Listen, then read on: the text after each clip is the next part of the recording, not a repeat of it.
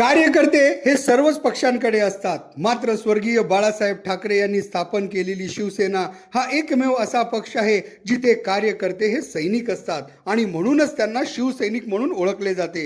याच शिवसेनेच्या निष्ठेची कसोटी सध्या महापालिका निवडणुकीतील प्रभाग क्रमांक 6 मध्ये लागलेली पाहायला मिळत आहे।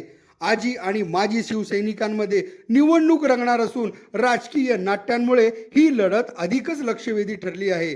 कट्टर शिवसैनिक म्हणून ओळख असलेले वानकर कुटुंब यावेळी थेट भाजपाच्या कमळ चिन्हासह निवडणूक रिंगणात उतरले आहेत। विशेष म्हणजे शिवसेनेतील फुटीनंतर उद्धव ठाकरेंसोबत राहणारे आता भाजपात प्रवेश करत उमेदवारी स्वीकारल्याने राजकीय वर्तुळात खळबळ उडाली आहे। दुसरीकडे माजी नगरसेवक मनोज शेजवाल हे एकनाथ शिंदेंच्या शिवसेनेचे उमेदवार आहेत।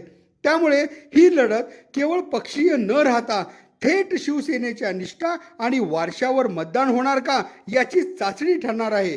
उभाटा आणि काँग्रेस या आघाडीने वानकर यांना अधिकृत उमेदवारी दिली होती, मात्र त्यानंतर त्यांनी भाजपात प्रवेश केल्याने आघाडीतील पक्षांकडून त्यांच्यावर तीव्र टीका होत असून वानकर यांनी पक्षाचा एबी फॉर्म बाद केल्याचा आरोपही होत आहे।